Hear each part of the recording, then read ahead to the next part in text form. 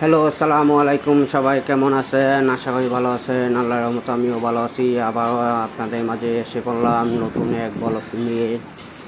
তো মালদ্বীপের একটা দৃশ্য, গোসল পাইকে। তাই সবাই আমাদের সাথে থাকবেন, অনেক আর কমেন্টে জানাবেন কেমন লাগলো, আর সবাইকে দেখার সুযোগ করে দেবেন। চলেন আমরা ঘুরে আসি।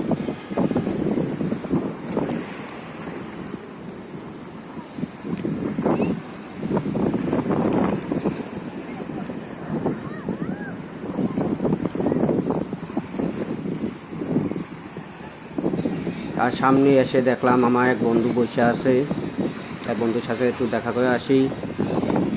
এই বন্ধু অনেক খুশি আছে।